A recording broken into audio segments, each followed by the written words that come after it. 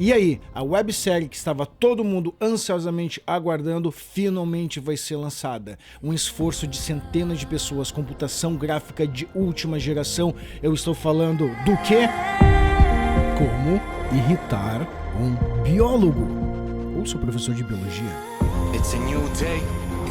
Mas por que irritar um biólogo? Algo que talvez muita gente não sabe é que irritar biólogos virou um esporte nacional. Eu acho que depois lá da pandemia, onde todo mundo queria me dar aula de epidemiologia, de virologia, de biologia molecular, eu acho que as pessoas queriam irritar a gente, nós que somos biólogos e professores de biologia. Então eu vou ensinar para vocês a forma adequada de como deixar um biólogo ou o seu professor de biologia.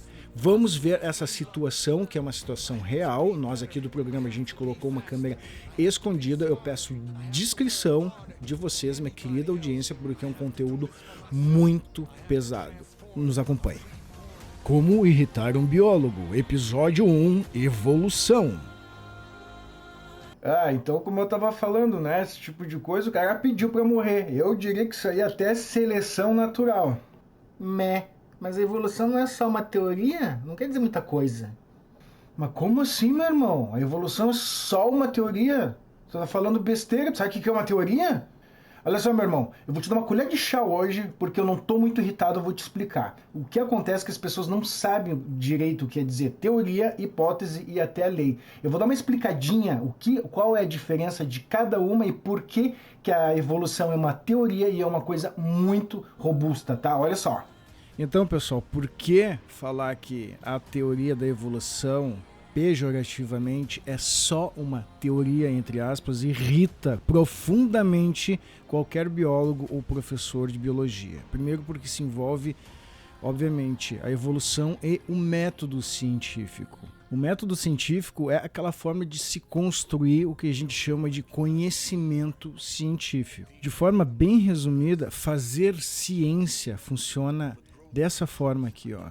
Os cientistas observam algum fenômeno da natureza, isso serve para biologia, para química, para física, para história, para enfim, para qualquer ciência. Se tem uma observação de algum fenômeno, seja qual for esse fenômeno, para tentar entender esse fenômeno observado, se elabora hipóteses. Aqui que começam as diferenças entre teoria e hipóteses. As hipóteses são ideias, são explicações que ainda não estão validadas, não se tem certeza se ela é falsa ou ela é verdadeira. Ela vai ser validada através de experimentos que vão ser controlados. Então, a partir do resultado desses experimentos, a gente aceita ou rejeita essas hipóteses. Se a hipótese é rejeitada, há de se formular novas hipóteses para se fazer novos experimentos até se conseguir entender esse fenômeno. E com esses resultados todo esse trabalho aqui, se chega a alguma conclusão, geralmente se utilizando outras fontes de conhecimento, outras referências sobre alguma outra observação e conclusões da área que se está se estudando. Então, o que faz o método científico? O método científico é um procedimento para produzir o que a gente chama de conhecimento científico. Existem outros tipos de conhecimento. A gente pode falar do conhecimento religioso, que tem uma forma de se gerar conhecimento. Tem o conhecimento filosófico, que também tem os seus procedimentos para se gerar conhecimento, mas a gente está falando aqui do científico, que ele é construído a partir do método científico. E uma outra palavrinha que é essencial para o método científico é evidências. Evidências empíricas que possam ser verificáveis, que a gente possa fazer experimentos para se validar ou não. E esse tema me faz lembrar da navalha do Hitchens, que esse cara falou o seguinte, ó: o que pode ser afirmado sem evidências pode ser rejeitado sem evidências. O que vocês acham dessa frase aqui? Qualquer coisa, coloca ali no comentário que a gente pode discutir mais ela. De forma resumida, a hipótese é uma explicação, uma suposição inicial que tem que ser testada. Ela pode ser falsa, assim como ela pode ser verdadeira. A diferença de hipótese para teoria é gigante. A semântica dessas duas palavras são muito distintas, porque uma teoria é um conjunto de princípios fundamentados que explicam uma vasta gama de fenômenos observados na natureza. Então, no caso da evolução, que é uma teoria, são várias explicações, foram várias hipóteses que foram exaustivamente testadas e validadas para a gente aceitar a evolução como uma teoria. Por isso que você vai deixar um biólogo pistola da vida quando se diz que a teoria da evolução é só uma teoria, utilizando a palavra teoria de uma forma pejorativa, que é completamente fora do seu contexto. Uma outra palavra e conceito que existe em ciência é tal da lei. A lei é uma descrição concisa e matemática de uma relação consistente observada na natureza. As leis são bem famosas na física, mas na biologia a gente tem algumas leis também, como, por exemplo, as nossas leis de Mendel da genética. E por que a teoria da evolução do Darwin é um conhecimento muito fundamentado? Primeiro, a teoria da evolução fala sobre a origem das espécies por meio da seleção natural, ou como as espécies se originam, que se originam através de ancestrais comuns, por meio de um mecanismo que se chama de seleção natural. E para a gente aceitar a origem das espécies com o mecanismo da seleção natural, a gente vai precisar de muitas evidências, ok? E eu me nego a fazer piadinha com aquela música, só quero fazer alguns pequenos comentários sobre muitas evidências que existem que são arrebatadoras da evolução. Primeiro, a gente tem um registro fóssil. Coloquei uma fotografia do Archaeopteryx aqui, que é um fóssil muito famoso que ele demonstra uma transição entre os dinossauros, os sáurios, e as aves atuais, porque o Archaeopteryx ele tem características de ambos grupos, por isso que a gente acredita que as aves se originam desse clado dos dinossauros.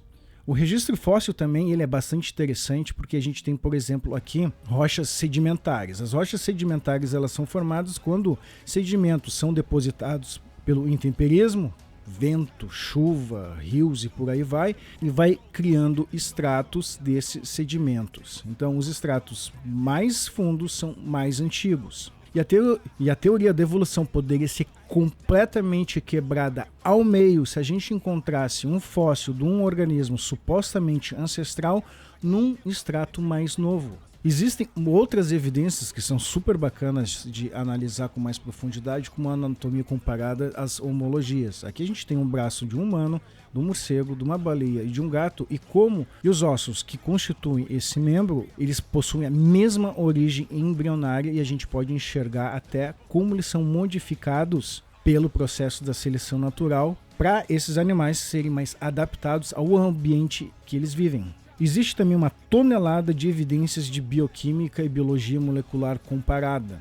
Por exemplo, o código genético, que é o código que transforma uma informação de ácido nucleico em uma informação de uma sequência de aminoácidos, ou seja, de uma proteína. O código genético ele é universal. O código genético é praticamente universal.